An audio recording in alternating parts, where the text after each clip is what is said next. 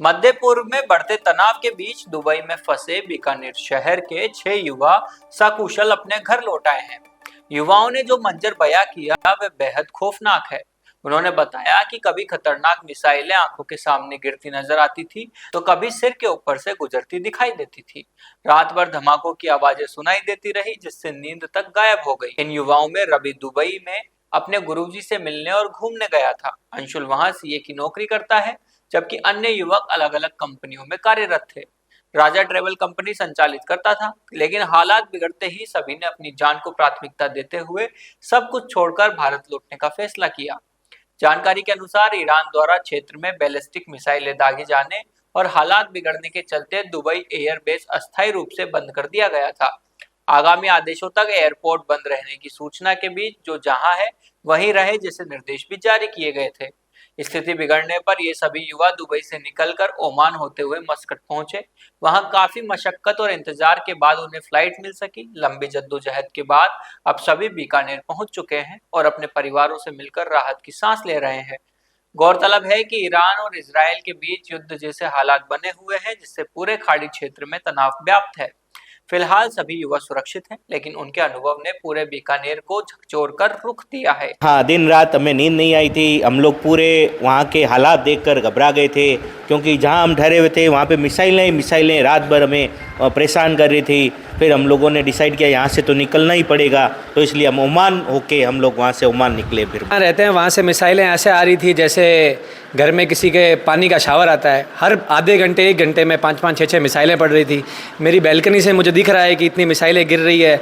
अब इमीडिएटली आपको एक्शन भी लेना है और दूसरी कंट्री से आना है, उसके डॉक्यूमेंट की व्यवस्था नहीं है, तो सारी चिंताएं साथ में थी। क्या कहेंगे? मिसाइलें रात भर चल रही थी और हम कंटिन्यू घर वालों के भी फ़ोन स्टार्ट हो गए, नींदें गायब हो गई और कंटिन्यू घर वालों के फ़ोन आने लग गए। तो हम उनको क्या जवाब दें, हम खुद इतने भयभीत थे। तो उनको भी यही कह रहे थे हम ठीक है निकल रहे और आ रहे। जैसे भी करके हमने व्यवस्था की ओमान से निकलने की, रात को ही प्लानिंग करके, और सुबह सुबह जल्दी अर्ली मॉर्निंग हम ओमान के लिए निकले बाई कार। और हम क्या काम करते हैं वहाँ? मैं वहाँ अकाउंटेंट का काम करता हूँ। शनिवार को दोपहर 1 बजे से मंगलवार सुबह लगभग 7 बजे तक जब हम बीकानेर पहुँचे, तब तक हम सोए नहीं थे। हम लोग एक जैसा सब सोच रहे थे कि डॉक्यूमेंट्स भी नहीं है, दूसरी कंट्री में ट्रैवल करना है, एयर स्पेस बंद है, कहीं जिस कंट्री में जा रहे हैं वहाँ पे एयर स्पेस बंद हो गया तो वापस आना भी मुश्किल हो जाएगा। ये सारी चिंताओं को साथ में लेते हुए और घर वालों का आशीर्वाद और गुरु का आशीर्वाद था कि हम लोग सही समय पर हर काम हमारा होता गया। थोड़ा टाइम लगा, थोड़ा सा हेडेक हुआ, थोड़ा सा परेशानी भी हुई। जैसा छोड़ के आ गए, सिर्फ एक लैपटॉप का बैग उठाया था और कुछ भी नहीं लिया, ना कोई कपड़े थे, ना हमारे पास कुछ भी थे, पैसा भी नहीं था। एक कार्ड लिया हुआ था, उसी कार्ड से सब लोग पेमेंट कर रहे थे। एक ही कार्ड था क्योंकि हम ऑफिस में सारा हमारा सामान और रखा हुआ था या पैसे रखे हुए थे लॉकर वॉकर, तो वहाँ जाने का भी हमें टाइम नहीं था क्योंकि हमें डिसीजन तुरंत लेना था। किसी को भी नहीं पता था कि ये क्या होने वाला है, कैसे होगा, क्यों होगा, नहीं पता था।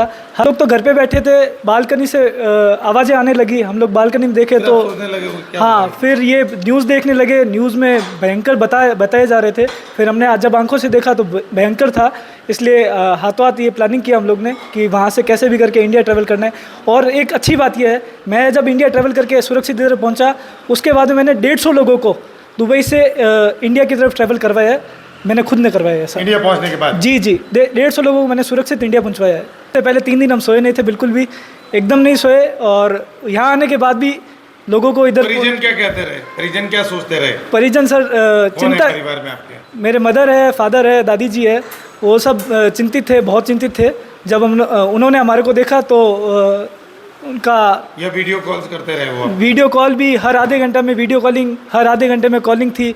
तो ऐसे करके हमारा ये जर्नी रहा। और उसके बाद में हमने जैसे हम इधर पहुँचे, उसके बाद दूसरे लोगों को भी हमने सुरक्षित पहुँचाने का काम किया है। उन लोगों का यही सोचना था कि हम जल्दी से जल्दी कैसे भी तरह के अपने देश में पहुँच जाए, अपनी सुरक्षित जगह पे पहुँच जाए, क्योंकि हर फ्लाइट में बैठ रहे थे। से कितना टाइम रन कितना है? ऑलमोस्ट 3 घंटे लगते हैं मस्कट से तो गोवा। तो आप कहाँ पहुँचे तब आपको रिलीफ फील हुआ? नहीं, हमें लैंड करने के बाद ही ऐसे लगा कि हम हो गए हैं, क्योंकि उससे पहले फ़्लाइट टेक ऑफ हो ही नहीं रही। मैं ये कोई क्यूरियोसिटी नहीं थी, क्योंकि उससे पहले 2 फ्लाइट गई थी और दोनों फ्लाइट लैंड करने से पहले वापस घूम के वापस आ गई थी, क्योंकि हमें विश्वास ही नहीं था कि हमारी फ़्लाइट लैंड करेगी या नहीं करेगी। इंडिया क्योंकि 2 फ्लाइट उससे पहले गई और बिना लैंड किए वापस रिटर्न आ गई थी, क्योंकि उनके सामने मिसाइल अटैक्स हो रहे थे। तो उन्होंने एयर स्पेस पूरा बंद कर दिया था और बंद करने के बावजूद फ़्लाइट लैंड हुई। और गोवा में हम लैंड होने के बाद हमें लगा कि हम अब सुरक्षित जगह हमारे देश में पहुँच चुके हैं। फिर हमने घर में बात की, हमने फ़ोन चार्ज किए और हम खुद भी 3 दिन से नहीं सोए थे। हमारे बॉस ने जो अंशुल चेटिया है वो हमारे बहुत ही सपोर्टिव थे, और रितेश आडा थे, वो उन्होंने मतलब इस परिस्थिति में हमारे साथ साथ उन्होंने हमारे बिल्डिंग से कम 100-200 लोगों को वहाँ से प्लान करवाया कि तुम कैसे भी कैसे, उन छोटे बच्चे थे, प्रेग्नेंट लेडीज़ भी थी,